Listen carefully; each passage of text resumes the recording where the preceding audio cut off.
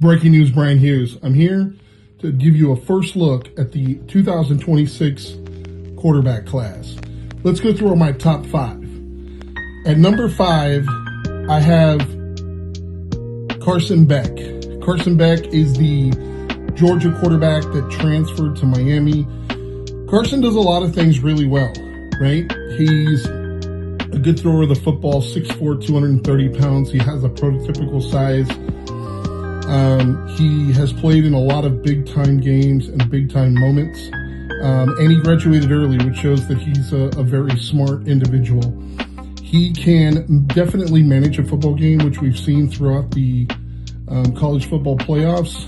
He tends to struggle a little bit in pressure-packed situations, and he doesn't have the most gifted arm, as well as he's not truly athletic. So he will have to win with what's between the ears. I definitely do think that he can get better because he is a smart individual. I think he's a guy that could sit for a year or two and maybe possibly down the road could potentially take over as a starting quarterback. Number 4 for me, I've got Garrett Nussmeier.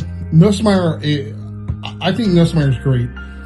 He's a 6'1", 205-pound gunslinger, and we just don't see those. He stays in the pocket, sometimes maybe a little too long. He takes hits that he maybe shouldn't take, and because of that, he played this year injured, had an oblique strain, and I do believe that the injury did affect his game. But if you go back and you look at his 2024 tape, it was pretty impressive. And even his 2025 tape, he made some really, really big-time throws. I think the thing that Nussmeier needs to do is he needs to realize that he cannot take these big shots. He needs to get rid of the ball quicker. He definitely can go through his reads. He definitely does go through the progressions, but he does have a tendency to hold the ball too long and not throw it away and, live to fight another day. So I really like Garrett Nussmeier, and I think he's somebody that potentially could rise. His draft stock could rise as we get further into the process, especially if that muscle is healed up. And because I do believe, being the son of a coach, that he will interview extremely well with NFL scouts and NFL execs. Number 3 for me is Ty Simpson. Now, this might come as a bit of a shock to the masses because I think most people probably have him at number 2. A lot of people even thought number 1. Ty Simpson, to me, he's a very inexperienced quarterback. He has good size at 6'2", 210 pounds, but he's raw. He's very, very raw. He needs to develop. He has 11 or 12 starts total at the collegiate level. He sat in Alabama and he sat behind other quarterbacks and waited his turn. This was his turn. This was his year. And although he played really, really good the first half of the season, down the stretch and even in the playoffs, I wouldn't say that it was really impressive. The thing with Ty Simpson that I've noticed is I do think that he would benefit from a West Coast system. He really likes to throw the ball over the middle. And he is kind of a rhythm passer, like 1, 2, 3, step back, throw the ball. When you ask him to drop deeper, 5-step, 7-step, and really scan the field, obviously that's something that he's going to struggle with, and has kind of shown that to this point. So I do think that that's something he could potentially get better at, but as of now, I really can't put him higher than 3 because he just doesn't have enough tools yet for me to know whether or not that's something that he could be potentially a starting quarterback. At number 2, Trinidad Chambliss.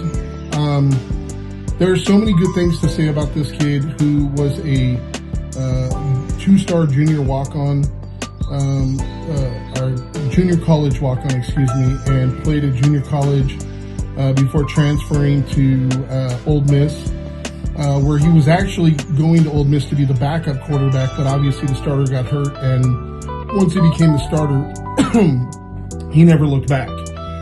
Played phenomenally. The thing with Trinidad that I find ultra impressive is his ability to throw on the run. I think it's the best in this class, and I don't think it's close. His sack rate is extremely low. He's a guy that's very mobile, that's able to get out of bad situations, that has the awareness to recognize when the pocket is collapsing around him. He does put the ball in harm's way at times, and he will try to fit the ball into tight situations. But to me, that's something that can be coached up. I think he has a lot of raw physical tools. The biggest limitation with Trinidad, he's listed at 6 foot, 205 pounds. I think realistically, he probably comes in at maybe 5'11", maybe 195. But think Russell Wilson. Remember when Russell Wilson came in, he was a smaller guy.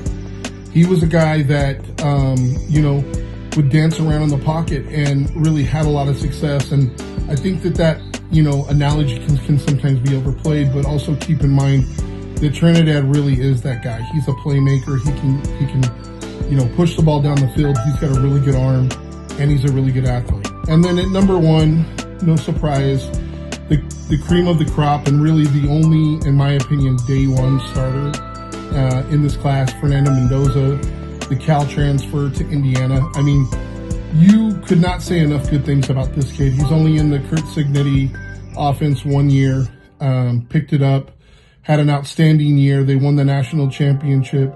I really felt like he played better as the year went on and the tougher the competition got, and all the way through the bowl games, and gave his team a chance to win. Made some big time throws, made some big time runs.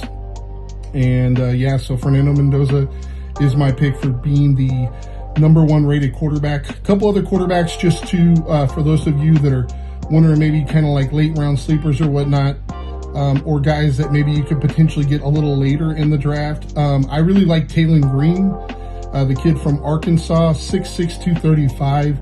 He's got a heck of an arm. He's an athlete. He can run. But he needs to be developed. He's just not quite there yet. He had a pretty good year, though, this year for Arkansas. And the other kid that I really like, polar opposite-wise, but is Joe Fagnano, the Connecticut quarterback. He has gotten progressively, if you look at his stats, he has gotten progressively better each and every year. And this last year at UConn, only ended up having 1 interception, completed over 60%, almost 70% of his passes, and threw for 3,500 yards. So those would be the 2 guys that I would look at if you like later round developmental type guys. That's all the time we have for you here at the Execs. See you.